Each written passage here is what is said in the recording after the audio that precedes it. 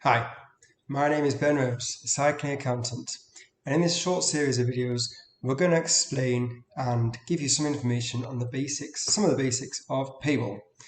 Sounds exciting, I know, but this is based on some of the basic questions I get asked by my clients and their employees when they contact me.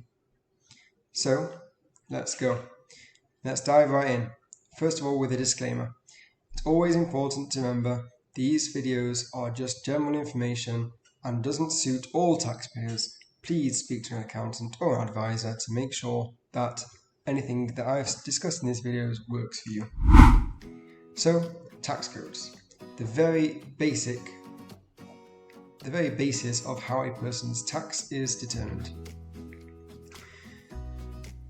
So, every person, as we know, has a basic personal allowance of £12,570 in the 22-23 tax year. Of course, there are exceptions to the rule. This means that you can earn that amount tax-free. The standard tax code of 1257L means that through this employment, the full allowance is being applied. Tax codes are adjusted if there is uncollected tax, other income, benefit in kind, or other allowances. Examples of why a tax code may not be the standard 12-1257L. An employee has another job. This way, a tax code can be split if one of the jobs or both the jobs are under the threshold, or if neither job is under the threshold, one will be taxed at the basic rate, the BR tax code. If you have pension income or benefit in kind income, this will lower your tax code as well. Your tax code may be increased if you have an allowance, such as the marriage allowance. So, some examples then. A tax code will be reduced if a person owes tax from a previous tax year and opts for it to be taken via the tax code. The tax code is reduced by the amount of tax is outstanding. For example, if you have £2,000 owed, then your personal allowance drops to £10,570, so your tax code will be 1057L. Another example. If an employee works two jobs, and at one job earns £5,000 and the other job earns £8,000, the employee can opt to have their tax code split. At their main job, let's say the £8,000 one, they would have the tax code of 800L, allowing them to earn the full £8,000 tax-free. At the other job, they will have the remainder 457L, allowing the first £4,570 to be earned tax-free. So we mentioned benefit in kind. How might that affect the tax? Again, this is a very general, rough indication of how it might work. The benefit is taxed through a reduction in your tax code.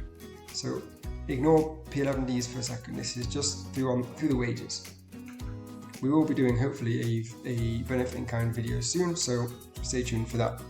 But the basic is, if the benefit is worth £1,500, your tax allowance is reduced to £11,070, and therefore the tax code is 1107L. I mentioned we can increase your tax codes if we have certain allowances in play. For example, the marriage allowance. Again, hopefully a video will be done on the marriage allowance. This allows one spouse to pass on some of their allowance, up to 10% that is, meaning they can earn slightly more, meaning the other spouse can earn slightly more tax-free. There's different types of tax codes. We've mainly been discussing with L at the end. Here we can have other ones. There's a K code. This means you have other income that is already more than your personal allowance and it isn't being taxed elsewhere. So it's kind of a negative tax code. So for example, a K100 code means that you have £13,570 of untaxed income. So you now need to be taxed on your employment income with no personal allowance and as if you've already earned an extra £1,000. So it's less than a basic rate tax code. It basically means you're being taxed on every penny and more, even though you haven't earned it.